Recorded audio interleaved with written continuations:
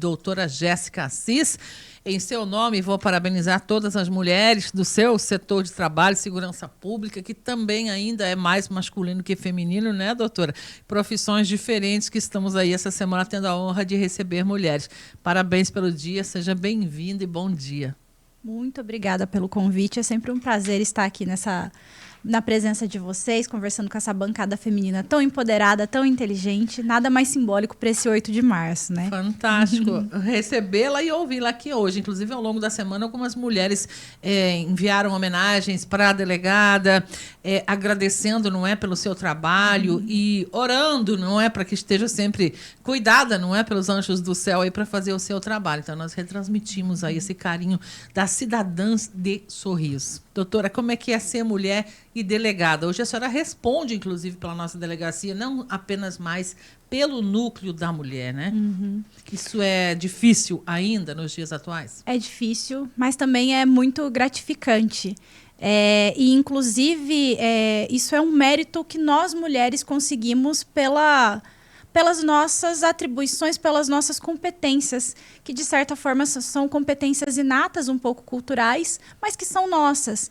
Então eu percebo que cada vez mais está acontecendo esse movimento de valorização dessa capacidade que nós temos de diálogo, de solução de conflitos, de mediação, de versatilidade para resolver situações adversas.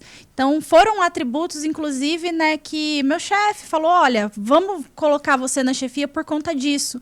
Isso é muito bacana. Que bom que nós, mulheres, estamos sendo reconhecidas por essas habilidades que nós temos, até mesmo em profissões que são classicamente masculinas, né, como a profissão de polícia, de delegado, como um todo. Então, é muito bom, é muito gratificante estar nessa atribuição de delegada titular, assim como continuar à frente do meu querido, da minha menina dos olhos, né, meu núcleo de defesa às mulheres, crianças, adolescentes e idosos aqui de Sorriso. Maravilhoso. Doutora, e o fato de você estar como delegada na nossa cidade faz com que as pessoas, principalmente as mulheres, se familiarizem, né, e também tenha, digamos que um pouco mais de sensibilidade, né, por conta de você ser mulher e procurar ajuda, né? Não que se não tivesse uma mulher delegada, elas não fossem procurar. Mas isso também ajuda com que encorajem as mulheres a procurarem a delegacia, sabendo que lá tem pessoas qualificadas e que vai se sensibilizar com a situação delas.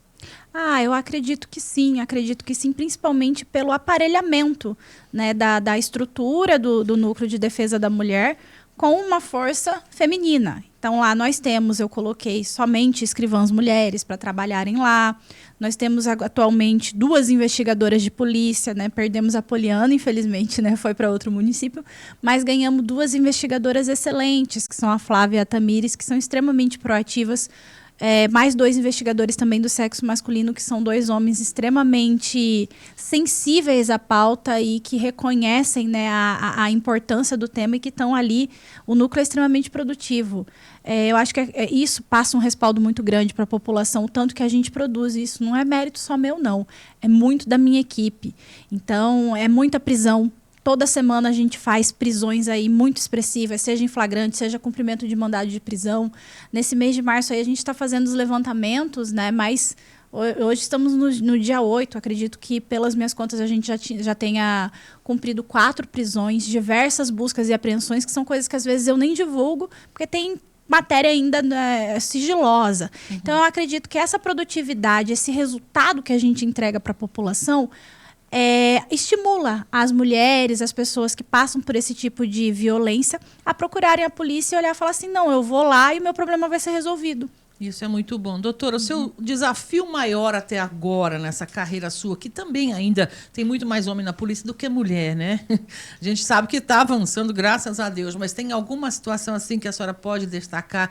E isso realmente é pelo fato de eu ser mulher ou não? Que você tenha visto até agora? Eu acho que a gente chegou num certo estágio aí do avançar social, cultural, que não existe nada muito assim expresso, muito gritante, né, que a gente enfrenta pela condição de sexo feminino. Sempre são algumas sutilezas. Ainda é muito difícil, por exemplo, transitar em ambientes de poder. Isso eu acho que é uma das maiores dificuldades, porque eu chego nesses locais, eu sou uma das poucas mulheres. Então, a mesa, né, à frente das tomadas de decisão, estão outros homens, eles se relacionam entre si, eles têm como se fosse, né, uma linguagem um pouco popular, um clube do bolinha que é um pouco mais difícil de a gente conseguir entrar. Né?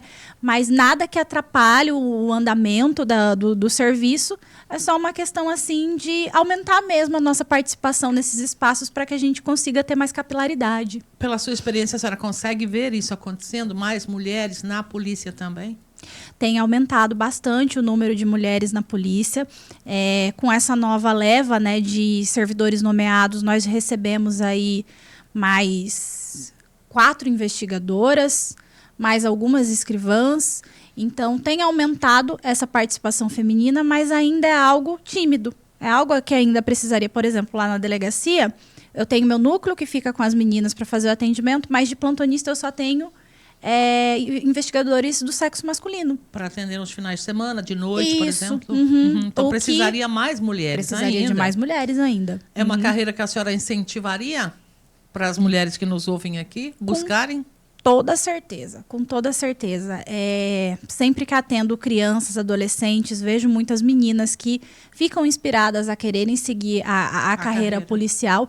E é algo que eu incentivo sim. A nossa profissão é muito bonita, é uma profissão de muito retorno, não só financeiro, que a gente ganha bem, né, mas também um retorno que não há dinheiro que paga, que é esse retorno humano. Essa possibilidade, todo dia que você sai de casa, você pode ajudar uma pessoa. Todo dia que você sai de casa, você pode fazer a diferença para um sem número de sujeitos. Você pode devolver dignidade de muita gente. Então, isso não tem preço. Ser policial é maravilhoso e mais mulheres têm que se sentir mesmo impelidas, porque a gente pode fazer muita diferença. Dá para tocar a vida pessoal junto com uma carreira de delegada de polícia, doutora? É um pouco difícil, né? Aí o desafio que ela não quis contar. É um desafio. Eu não sou mãe ainda, né, Marlene? Não tenho filhos. Tenho um namorado que é extremamente compreensivo, porque é uma pessoa que trabalha bastante. Mas, por exemplo, estamos aqui no mês de março, ele está acostumado com as ausências. Eu saio 6 horas da manhã de casa, volto a sei lá que horas. Mas é algo assim que... Precisa ser conversado. Precisa ser conversado, ajustado, mas a gente precisa fazer, né? Consegue conciliar, né? As mulheres, elas fazem mágicas às vezes, né? Vou falar um pouquinho para as mulheres que nos ouvem em termos gerais aí, nesse quesito da segurança pessoal. A senhora tem visto melhoras no nosso mundo. O mundo está, por si só, um pouco violento nesse momento, né, em termos gerais. Mas no quesito para as mulheres mesmo, o que a senhora pode nos dizer, doutora? Acho que, no geral, as coisas têm melhorado, sim. Há uma perspectiva aí no horizonte de muita melhora. Às vezes as pessoas se assustam quando certos números aumentam, porque parece que isso está implicando um acréscimo da violência também. Uma escalada da violência. Isso não é verdade. A violência contra a mulher, ela sempre existiu, e eu... assim, acredito, sinceramente, né, até sendo um pouquinho pessimista, mas ela vai existir ainda assim por um bom tempo. E isso tem que deixar a gente desanimado? Não. Isso promove muitas mudanças legislativas. A Lei Maria da Penha, nossa lei é uma das melhores do mundo, é uma das mais celebradas no planeta, pelo nível de proteção que ela confere às mulheres. Então, isso reflete aqui em Sorriso também, que tem uma população que é muito informada. Isso me impressiona muito aqui na sociedade sorrisense. O tanto que as pessoas buscam mesmo seus direitos. Acredito que a mídia tem um papel muito importante sobre isso. Nós temos uma população que consome muito conteúdo. E essa informação que a gente está sempre passando é algo muito bom. De 2022 para 2023, por exemplo... eu estava fazendo uma análise estatística, não posso divulgar números, mas eu posso falar um pouquinho de certos aspectos. De 2022 para 2023, nós tivemos um acréscimo de quase 30% no número de registro de medidas protetivas. Então, isso assim, as pessoas olham e assustam. Nossa, mas como Sorriso é uma cidade violenta para a mulher? Não. Muito pelo contrário, Sorriso é uma sociedade segura. Olha o tanto de mulher que passa por situação de violência, mas que está amparada por uma medida protetiva, por um botão do pânico, pela Patrulha Maria da Penha, por todo um serviço de rede que funciona muito bem, por toda uma estruturação que foi pensada de maneira conjunta por instituições públicas. Nós temos as fichas de notificação compulsória de violência, que elas servem para proteger não só as crianças, mas mulheres vítimas de violência doméstica. E o que existe aqui em Sorriso não tem cidade nenhuma do Mato Grosso. Então, nós estamos num patamar de combate e de enfrentamento à violência de gênero muito superior a diversas cidades do estado e ouso dizer que até da federação. Isso é bom, é um bom sinal. Ainda precisamos, talvez, de um local de acolhimento para as vítimas, ou nós já temos isso disponível em Sorriso, doutora? Nós já temos isso disponível aqui em Sorriso. Existe uma casa-abrigo para mulher que faz um trabalho fantástico, Marlene. É uma localização secreta. Tem que ser, tem que Tem ficar que ser assim, secreta, tem que aham. permanecer sob sigilo. Só nós, da segurança pública, sabemos onde essa casa fica. E lá eles conseguem ajudar a mulher com tudo. Se ela está com dependentes, ela pode ficar lá o tempo que ela precisar para se reestruturar, para conseguir sua autonomia afetiva, financeira, que é algo que é ajudado também. E quando a doutora fala com a relação cultural, de que as pessoas às vezes falam assim, nossa, mas parece que antigamente não tinha tantos casos, né? Sempre tiveram. A diferença está nos direitos que as mulheres adquiriram, que hoje dá voz a elas poderem denunciar. Coisa que não acontecia, por exemplo, com as nossas avós, bisavós, que muitas vezes ficavam em um relacionamento tóxico, em um relacionamento onde ela sabia que se ela falasse que o marido bateu ou saísse de casa, ela perdia praticamente todos os seus direitos e a própria sociedade seria preconceituosa com ela por ser uma mulher separada, com filhos, enfim, mãe solteira. Então, é o que a gente conversa. A violência, ela sempre existiu e a gente nem precisa ir muito tempo atrás, 20, 30 anos atrás, as coisas eram muito diferentes. Então, diversas mulheres enfrentavam violência por conta de parceiros que eram alcoólatras. O alcoolismo está associado a muita situação de violência doméstica, tanto contra a mulher quanto contra a criança. E hoje em dia a gente já tem esses mecanismos que permitem que as mulheres saiam desse ciclo de violência doméstica, quebrem esse ciclo de violência doméstica e consigam independência. E a independência financeira, ela ainda é um fator crucial que a gente precisa conversar. Então, quando a gente fala de igualdade de gênero, não tem como ter igualdade de gênero, não tem como ter uma sociedade que não tenha violência doméstica enquanto mulheres se sentirem presas a seus parceiros porque não têm condições financeiras de sustentar a família. Então, isso é algo que a gente ainda precisa avançar e muito. A gente precisa de aluguel social. A Lei Maria da Penha, ela prevê pagamento de pensão, de aluguel, tudo obrigando o ofensor que agride, né, uma mulher. Nós temos esses mecanismos de proteção, mas o Estado, o poder público, principalmente o executivo, ele tem que propiciar esse tipo de situação, porque a gente tem que sempre se lembrar. Quando se fala em violência contra a mulher, a gente sempre pensa muito em violência doméstica, que é essa que o marido comete contra a mulher.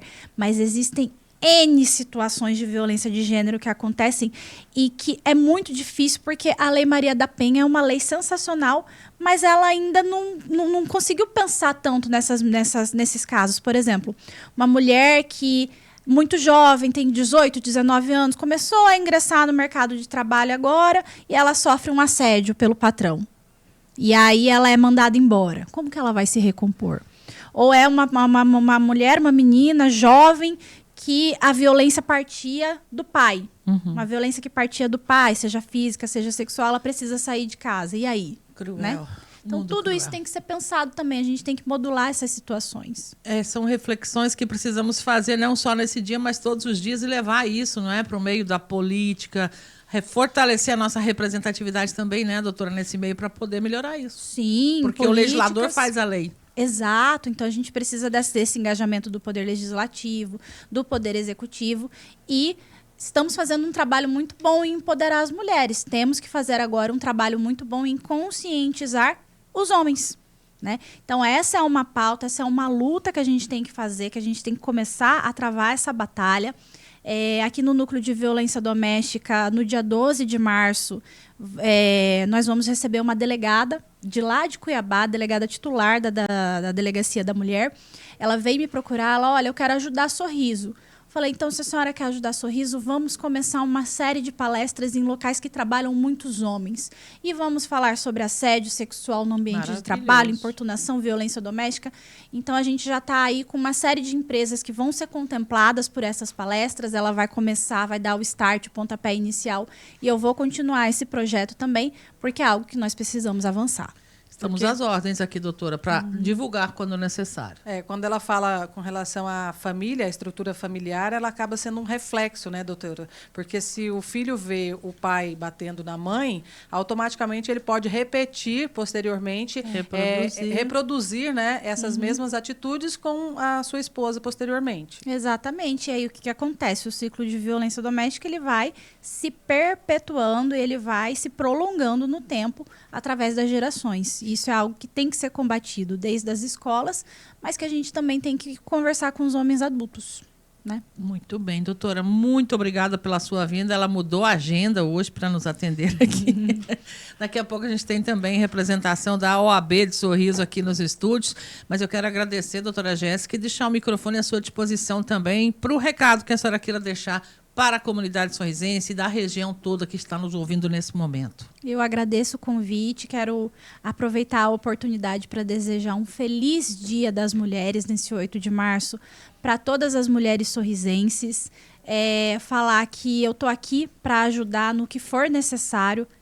Meu endereço vocês sabem qual que é a minha casa, é a delegacia de polícia, e lá eu tô quase que 24 horas por dia. Então, precisou de ajuda, precisou de um conselho, precisou de qualquer coisa, nós estamos lá, eu e toda a minha equipe, que é preparada para acolher, para auxiliar em qualquer tipo de situação que uma pessoa esteja passando por alguma situação de violência ou alguma dificuldade. Obrigado, doutora. Muito obrigada e mais uma vez feliz Dia Internacional da Mulher. Feliz Dia das Mulheres para nós.